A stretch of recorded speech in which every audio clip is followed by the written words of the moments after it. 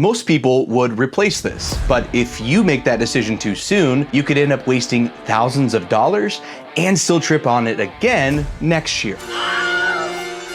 I've walked plenty of driveways with A1, and the number one thing that I've learned is that most concrete problems actually look worse than they are. Cracks, dips, missing chunks, they all feel like a big deal. And they can be, but not all of them are. Sure, we'd all love perfect concrete, but honestly, you don't need perfect concrete. You need safe, stable concrete. Because if it's stable, you can probably save it.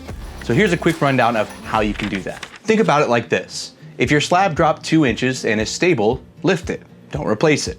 If you've got a step with a busted corner, patch it. If you've got cracks everywhere, nothing's moving or crumbling, go ahead and seal them and move on. If your concrete is spalling and flaking, seal it to slow the damage, but don't expect to find an option that matches perfectly with the rest of the surface. If it's crumbling, cracked, or just flat out failing, now it's time for a full replacement. That was a very quick rundown of what you can do, but is it safe to walk on? Is it getting worse? Are you fixing it for function or perfection? The examples I just ran through are good rules of thumb, but honestly, you deserve to know why one option works better than another. For example, with a dropped slab.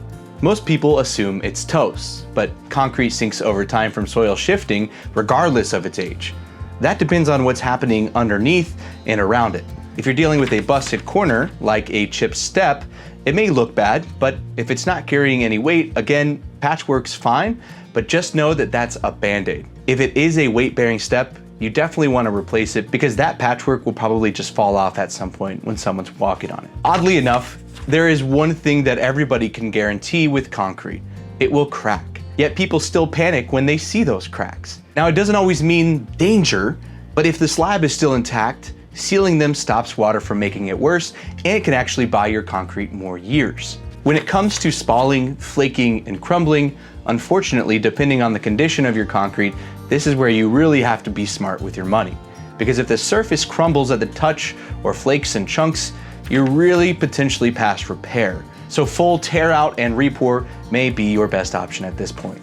In general, this isn't about your concrete, it's about your time, your money, your tolerance for how things look. So if you're staring at your driveway right now wondering, is this worth repairing or should I just replace it all? The team at A1 can tell you if it's salvageable, and if it's not, they'll say that too. Now that you've got a strong starting point and maybe a few $1,000s still in your pocket, remember, you don't need perfect concrete, you need safe, stable concrete. For more tips on how to save money when it comes to concrete repairs, make sure to hit that subscribe button and I'll see you around. Thanks for watching.